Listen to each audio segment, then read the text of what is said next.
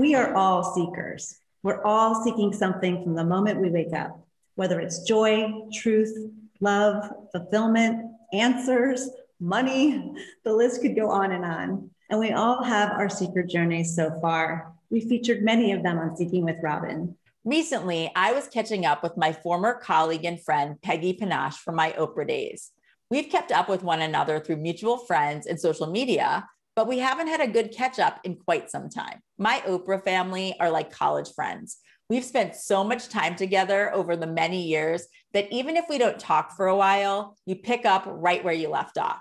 Over the last few years, I've been in awe at Peggy's next chapter. She continues to be a sought-after marketing expert, and she's also become renowned for her illustrations and artwork. Her illustrations capture the heart and spirit of people, places, and moments that touch her soul. She even had her first book published, Billions of Besties, which you'll hear all about. I spent so much time with Peggy, and I had never seen her draw.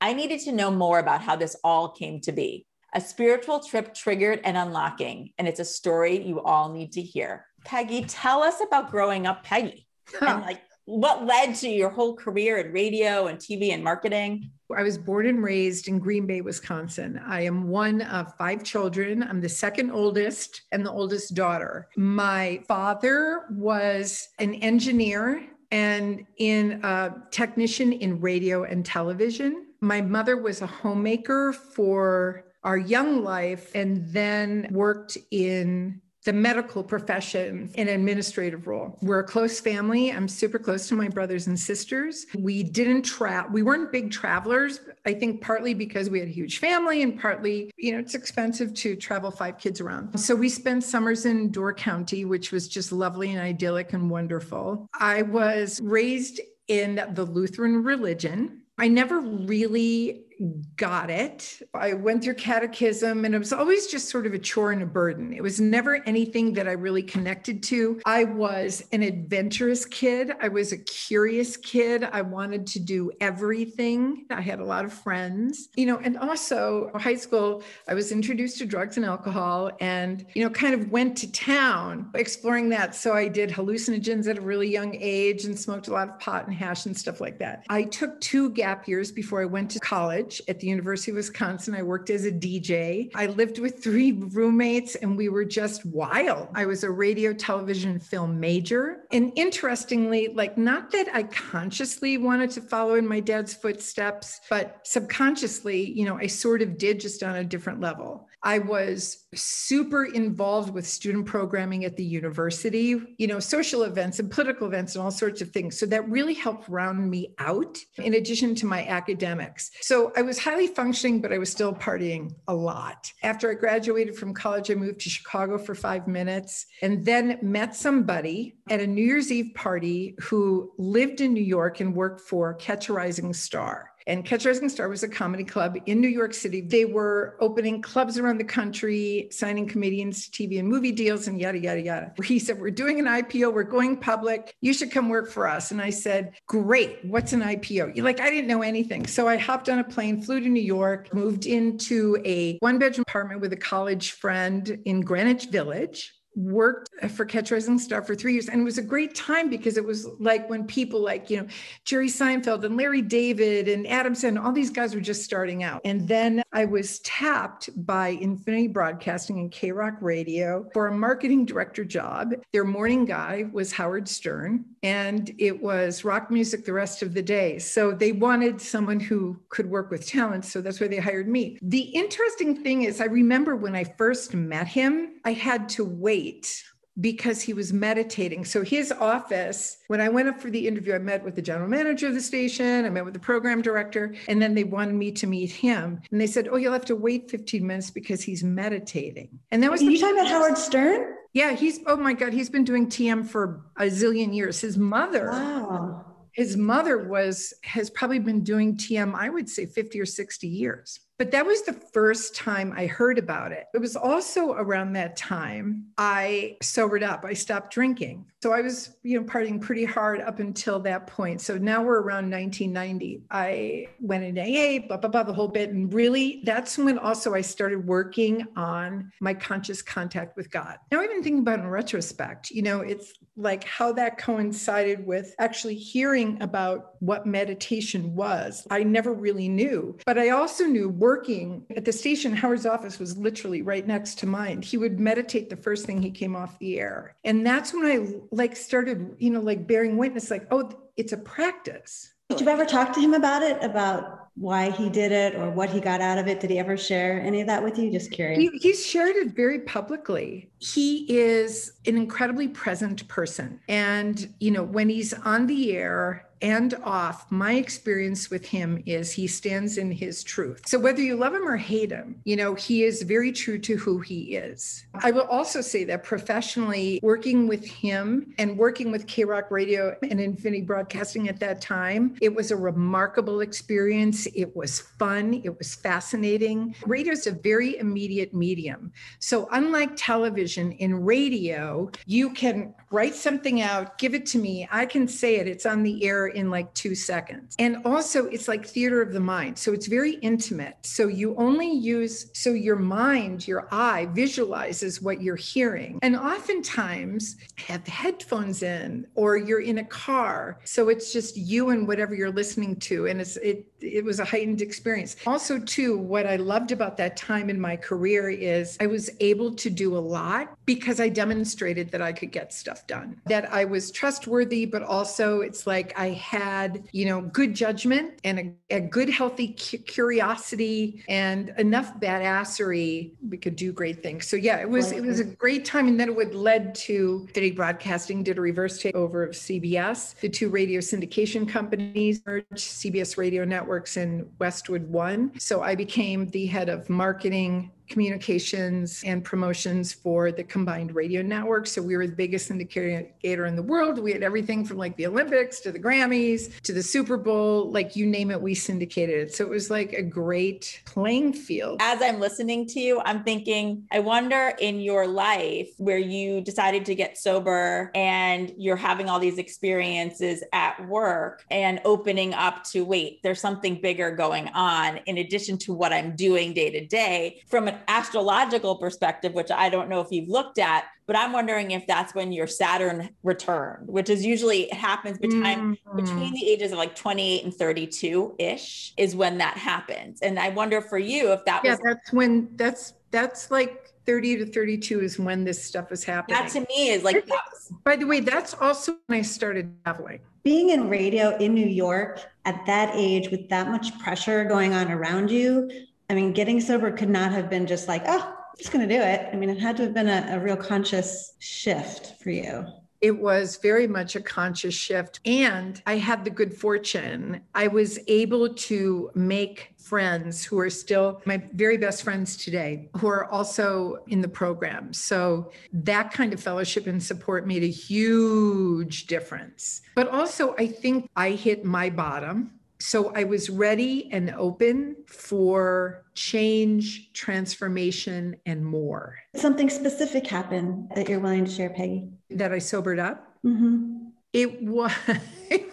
I'm laughing because I was just so out of control. It was the late 80s. So my 31-year anniversary was just on January 28th. I had become a blackout drinker and I was in Vermont with one of my best friends at the time, who's still a really close friend today. We were staying at a friend's house and I had blacked out for almost an entire weekend. That was a culmination of 8 months of real recklessness that I was scared. I was really, really scared. That will level you right to your knees to say, like, help me. I need to figure this out. Yeah. And also I was powerless. That's the first step. I was powerless over drugs and alcohol. I was in a place where I was ready to admit that. I didn't know what was next, but I was ready to admit that. That's brave. And even if you are someone who hasn't hit that with drugs and alcohol. I was actually just having this conversation recently about how in this last year, let's say you're an overdoer, you're addicted to just, I mean, you could be addicted to so many different things. Yes. And people can relate even in this last year to being stopped in their tracks and having to actually like look at themselves because they can't just do. That's what you learned then. Yeah. To look at yourself. Yeah. So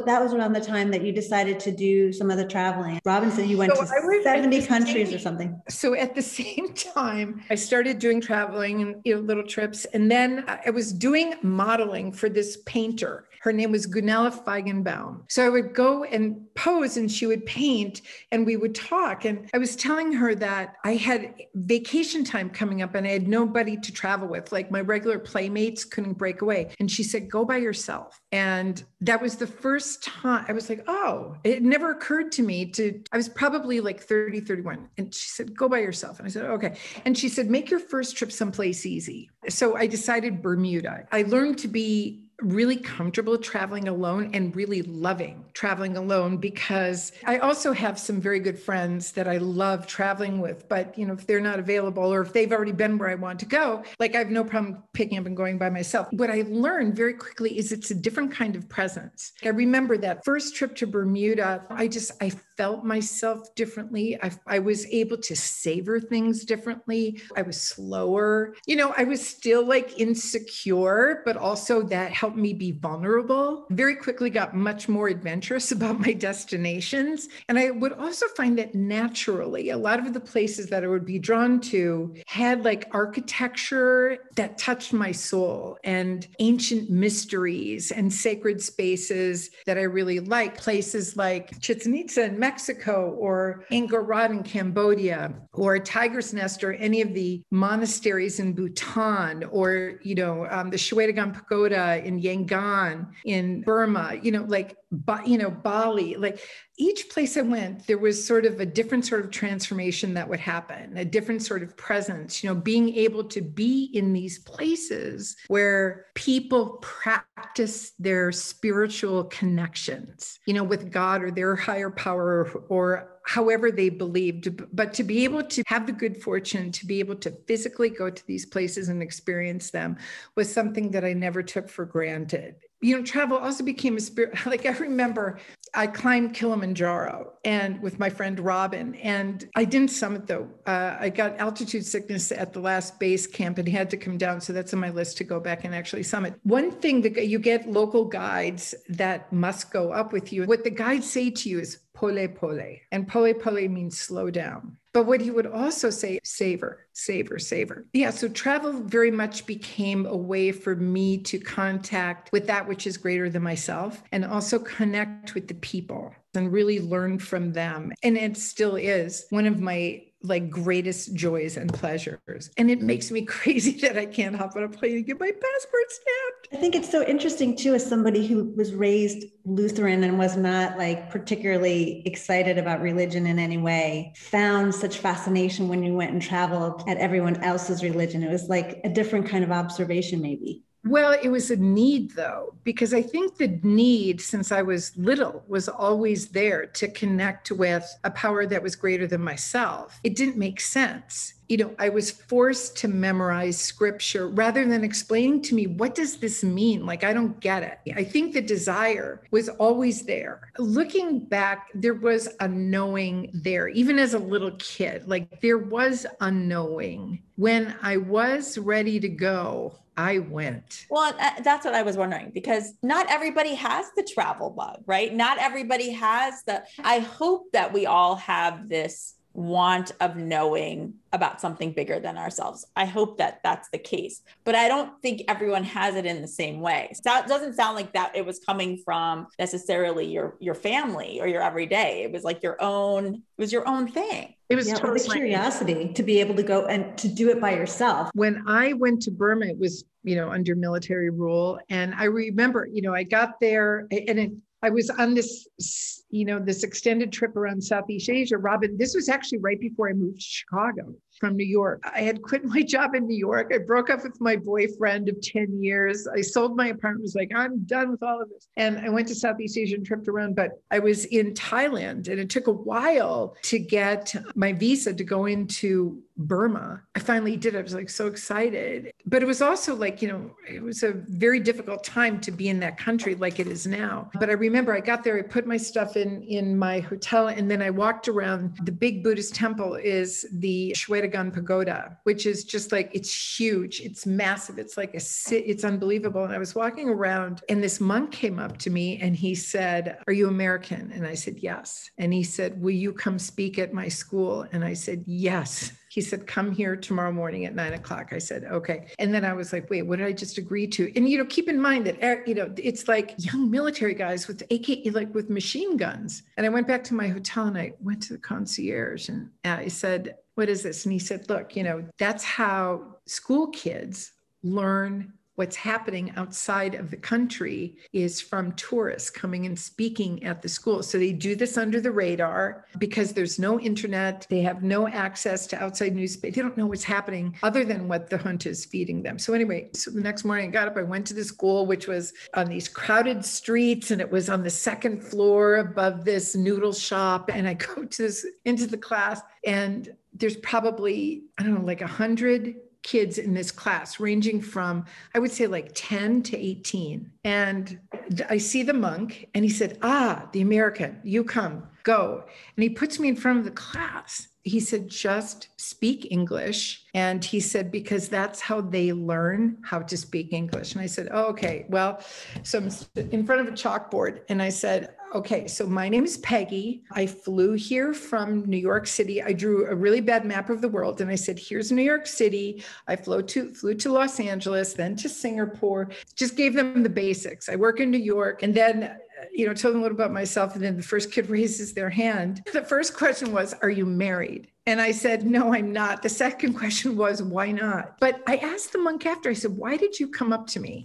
And he said, "One, because you look like an American tourist. And number two is because," he said, you seemed present." That's really cool. And just think about however long ago that trip was and how that has stayed with you. Oh yeah, I'll never forget it. That's like a meant to be moment for you. Mm-hmm. You were at the right time in the right place for that monk to see you. Look, I could have said no. Exactly. I could have been fearful and said no. And you also strike me as someone who does not live in fear, because you wouldn't have traveled. Well, right?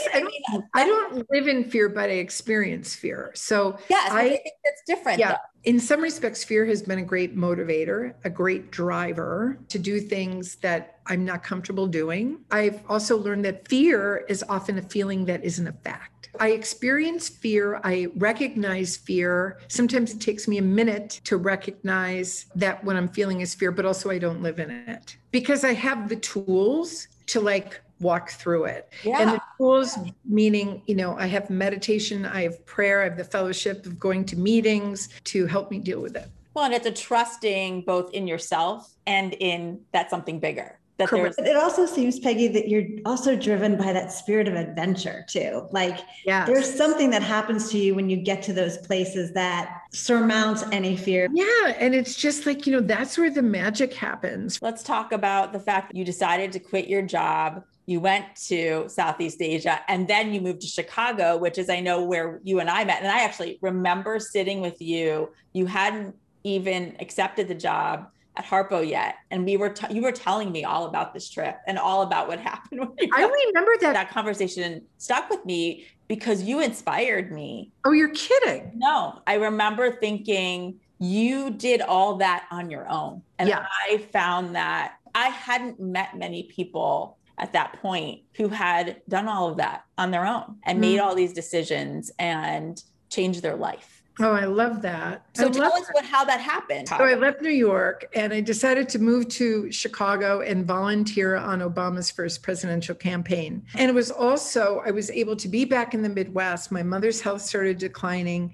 So I could still be in a big city, but still get, to be of service to my mother very easily within a couple of hours. I was introduced to Harriet by a mutual friend in New York, Harriet Seidler, who we love. Harriet and I started talking. I started as a consultant, and then a position was created after a few months of consulting.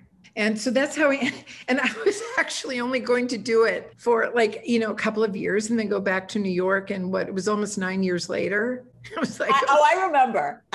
You were like, yeah. This is just going to be a blip. This is just going to be just for a second. God, what a wonderful adventure that was. Yeah. And would you say that your experiences, both from traveling and maybe even from a spiritual place, continued? 100%. Because I even think that, Oprah's message, there was such a wonderful high bar of excellence and such amazing colleagues, including you, like just really formidable people who knew how to move mountains. And there was a fearlessness, an intelligent fearlessness that existed throughout. There were two big things. One is just working from a place of intention. And that clarity is something that it's exactly one of the reasons why I ended up there, but I didn't even know it. But is to learn what that meant and to be intentional about life decisions, business decisions, choices, thinking, was a total game changer and absolutely transformative. And then the other thing was, you remember, Robyn, it was the sign in Oprah's office, but I think it was Dr. Jill Bolte Taylor who said, you're responsible for the energy that you bring into this room. It's such a powerful statement. Yes. Yes. It was like, that was the, other big giant learning. Do you remember, Robyn, in my office, I had this, it was a very crude drawing and it wasn't mine. It was like two circles. So there was a little circle inside of a big circle. So since this is a podcast, I'm trying to describe it. And so inside the little circle, it said, this is where you are. And then outside of the little circle and on the space, it said, this is where the magic happens. It's like this vast space. That was my North Star. But where the magic happens is, with intentionality and also for me with presence. And I am responsible for energy I bring into any space, any room, any person, any relationship, any endeavor that I do. We need to take responsibility for the energy we bring to the room. And also for me, it was like to be aware of it. It's so true. Yes. But and I am also so aware of it now. I'm aware of my own energy, but also like, I can tell, like when you would come into my office or I would come into yours, the energy was always like super good and vibey, right? We also know that the spaces that we would go in where the energy wasn't that, Yes. Right. And it was like, you can see it becomes tangible. It becomes a tangible thing. Yes. And so many people don't know it. That's the sad thing. It's like, it's so easy, right? To get sucked into the soup of everybody else's energy and to get lost in that and then just feel like it's you, but it's not yours. And the fact that even the fact, Peggy, that you drew the circle, like you drew a circle around your own little energy because you almost have to do that in those situations, right? But it's the recognition that that's what you have the control over. That's so important. Well, and that we also have the power to change our vibe, right? So none of us are perfect, and we go through our ups and downs even within a day, right? But if 100%. You can be aware enough to be like, I feel really low vibe right now. What can I do to change that? As long as you're aware of it and what you're bringing both to yourself and to others, if everybody was aware of that, this world would be a very different place. Well, it would just think about it, because if we were all aware all the time, we would be energizing good vibes and the collective consciousness would be just positive. It cemented something that I already knew. And that is, wherever I go, I take myself with me. So even if I try to escape, run, flee, whatever, I'm still with myself. Yes. And you can't blame others for how you're feeling. And I think that is, people go to method is to blame others for their bad mood or for putting them in a bad mood. That changes the game when you understand you are responsible and then, you can change that yourself. That's right. So then you left Chicago. So I moved back to New York. So I had, for the 20 years before I moved to Chicago, I'd always lived in Manhattan. So when I moved back, I thought, this time I want to live in Brooklyn, So Howie Green, my real estate agent, who is also like a comedian. He's so funny. So anyway, he found this amazing apartment in Dumbo, Brooklyn. Dumbo meaning down under the Manhattan Bridge overpass. So it's this great little enclave, hip, beautiful, gorgeous views of the city right at the foot of the Brooklyn Bridge. It was amazing. I continued to do consulting work for OWN with Harriet. I started getting other consulting clients. And then I decided that I wanted to just stop everything and like take an intentional year off. So I did. And I was very untethered. Like I was not comfortable. It was not, I wasn't used to it. I was always used to having, sort of my career to define my purpose. And so I didn't have that. And also, like days are never long enough for me. I'd like to do so many things and experience so many things. So suddenly I had all of this time and I was like, wait, what? It was very overwhelming. And I went on this trip to Santa Fe with my two best friends, Robyn and Jen. We went to this place called Sunrise Springs, great shamans and practitioners. And, my intention of that experience was I wanted to get just cracked open like an egg. I didn't know what I was looking for or wanted. All I knew is that I was completely surrendered to the experience and whatever it had to offer. There was absolutely a power greater than myself at work. So, we go, it's the kind of places where, there's a sweat lodge, you do a vision guide. There's all these different things that you can do. So have you ever done a sweat lodge? I have not. Okay. I look forward to doing it, but I have not done it yet. I've done it a few times. So actually the day before the sweat lodge, about an hour outside of Santa Fe, we went to these hot springs and sit in these springs. And it's an out of body experience. It's like really amazing because it's almost like it's a cleansing, it's a release. And I remember going back to Santa Fe, I got really sick. Like on the side, I had to have the driver pull over the side of the road. But you think it was from the cleansing, from like whatever? 100%. It was just purging.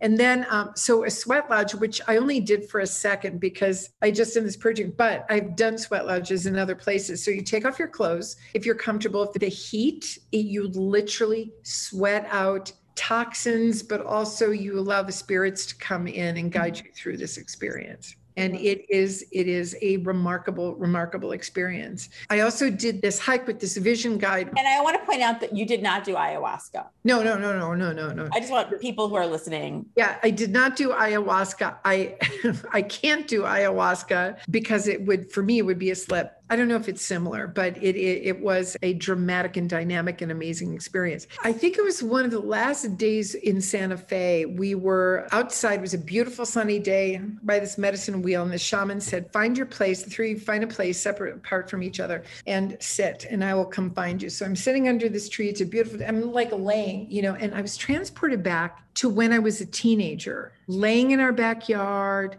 on Town Hall Road, looking up at trees, blue sky. I mean, I was there. And then she came by and she dropped off. She sat down next to me, paper and some pens, and she walked away. And so I was kind of in a trance. So I came out and I just started doodling, and it wasn't good, but I liked it. And then after that, we had another experience with another woman who we did sort of this work with black paint and paintbrushes. Actually, we let our spirits guide our motions with the paintbrush. And it was like, that was really like otherworldly and great. And okay, fine. So, and then after they flew back to their respective homes, I hopped to my Jeep, went to Abiquiu, went to George O'Keeffe's studio, and I'd been there before, but it experienced it completely differently. And then Abiquiu, which is where she lived, I mean, the canyons, the mountains look like paintings. I felt it. So I got back to New York. I went to, the art supply store. I got some pens, some stuff, and I just started drawing like every day. Like after, I meditated in the morning, I would just draw for like a half hour.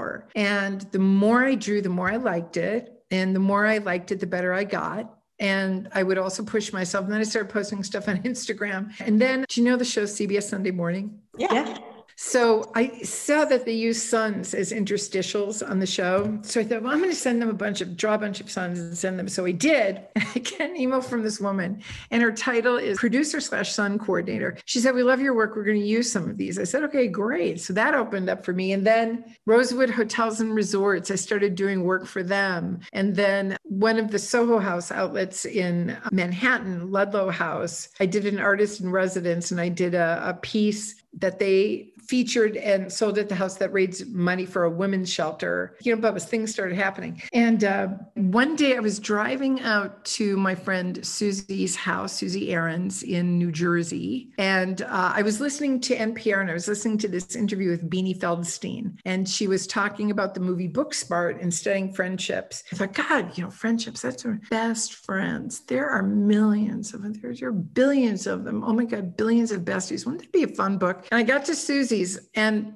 I remember this was in July of 2019. I said, Susie, what do you think about doing a book? It's called Billions of Besties. It's a book about best friends. She's like, yeah, okay. And then the next week I had a meeting with Teresa DeMasi, a publisher at Simon & Schuster, who was introduced to me by my friend Jennifer. And what I wanted her to do was just look at my drawings and let me know if I had game. And so she looked at me and she said, yeah, I like your stuff. And she said, do you have any ideas for a book? And I said, yeah, how about Billions of Besties, blah, blah, blah. And she said, I'll greenlight that book right now. And she said, do you know how to write a book proposal? And I said, no. And she said, okay, here's sort of the format, blah, blah, blah. So I went back to Susie. I said, Susie, this thing has the green lights. We started the book in fall of 2019, and it was published last October. Billions of Besties. A celebration of fascinating and simply exceptional friendships. So and think about how that came to you. We always talk about actually how long drives, somehow it like allows spirit or something bigger than ourselves to come in, because it's like we get in a zone, right? You're in a zone, you're listening, and somehow you're hearing the whispers differently. Don't you think? 100%. Also, it's like Elizabeth Gilbert says, I heard her say this one time, and it's so true. She said, creativity is flying around all over the place. It's just looking for places and people and vessels to come out. I 1,000,000,000% believe that's what's happened here. It was what you said when you were going to Santa Fe. It was like the first time in your life that you were, I love you use the word untethered. You were untethered from work. You had kind of released that. And so then you opened yourself up to the possibilities. And then that whole experience opened up your spirit in a way that it never had the freedom to explore before. Yes. So it just seems like it evolved, like it just was like, oh my gosh, there's my chance. Yeah. And I think I would love for everybody watching or listening to understand that I've spent a lot of time with Peggy prior to this, and I'd never seen her draw. So what I described when I was under that tree and I was 17 years old. So in high school and like grammar school and high school, I would draw. I remember making paper dolls for my sisters. And I remember like taking art class in high school, but I would make like, bongs, you know what I mean? Like I wasn't, I wasn't. And I remember my mother too, is that she encouraged my art. But at the time I just, I wasn't in a place to like feel it. So it's all over 40 years later, I started illustrating. Well, and that's what I want everybody to take in, that we may have these gifts we don't even know about, and they may not come to you until later in life. Like you just don't know. I mean, in a million years, you wouldn't have thought, no, this is what you'd be doing now after this unbelievable career that you've had in radio and TV and digital and experiential stuff. I mean, not to say that that's gone, but this is a whole new chapter. And you know what made me realize too? Like I didn't get the note until later that you can be more than one thing. I was very, very linear, very one-dimensional in my career pursuit because, I always thought, oh, you drive, you find a goal and you drive toward it. But yeah, it's like you realize I can do both and other things. I was like in a place to receive this ability and this talent. Well, and then I feel like you listened to the whisper. And I know for all of us, because, we've been in the Oprah world in some way for a while, that term, right? Like listen to the whispers before it becomes but you listened to the whisper, got back from that trip. You didn't let it go. You allowed yourself to be in it, and look where it's taken you. Yeah. I mean, you actually have your own, you have a book. Like you know. And also too, I had a good creative partner. Susie is, a terrific writer. Like the whole thing worked well. It like vibed really well.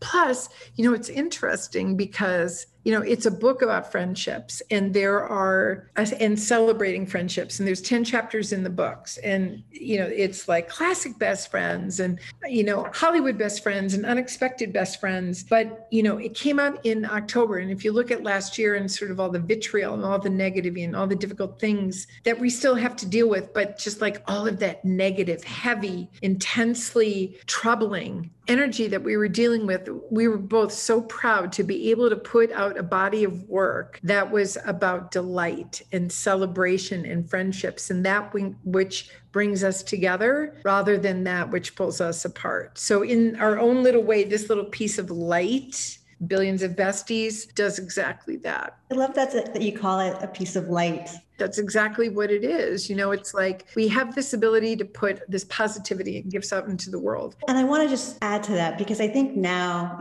our whole world has changed. Our perspectives have changed. I was just talking to someone this morning about how isolated still a lot of people are. Friendships have become even more important than ever before because they can be your only outlet. The book is even more important to shine that light. And I was just reading a footnote about the book, and it says, "Our best friends are our soulmates. They understand us when no one else does, lift us up, and bring out the best in us. It's a relationship based on a bond that can't always be described, but it's always magical." It's so true. And I just love that, because sometimes I think it's easy to take friendships for granted, but we all need those besties that understand our heart and soul. It's a book of celebration that I think needed to be published. And the way you illustrate, there's no way you can imagine that you weren't always doing this. When you see the illustrations, they just feel so part of your DNA. Like they've obviously been in there a long time, just waiting. Well, and they have personality. You're capturing personality, but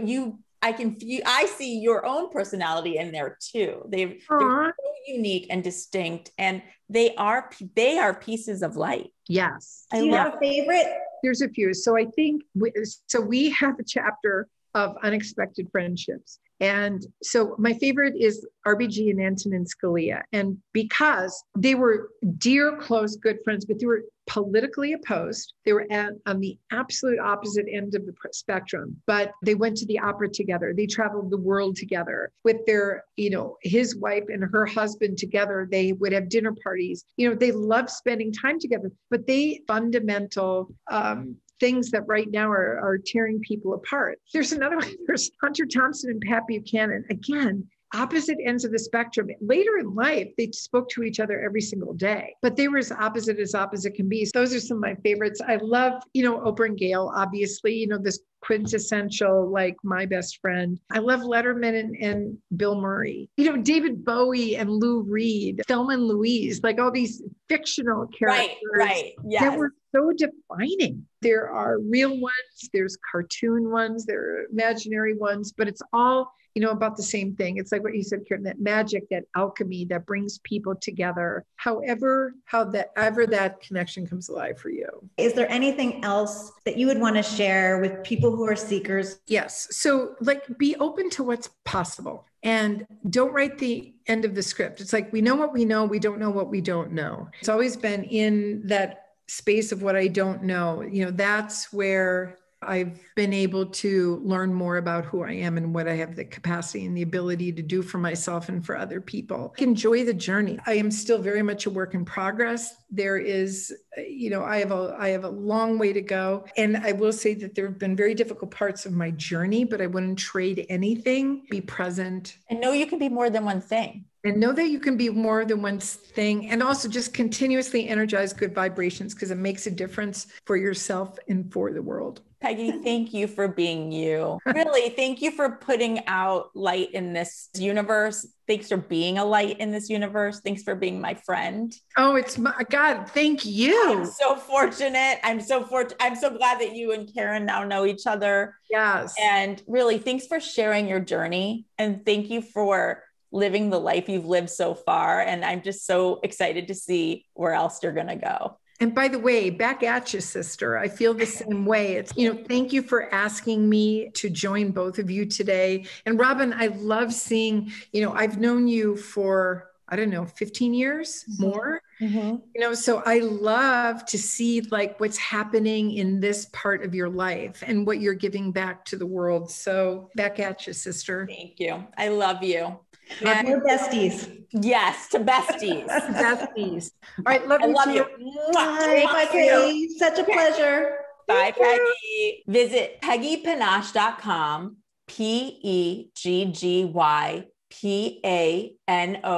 PEGGYPANOSH.com to find out more about her book, artwork, and marketing consulting offerings. You can also follow Peggy on Instagram at Peggy Panosh.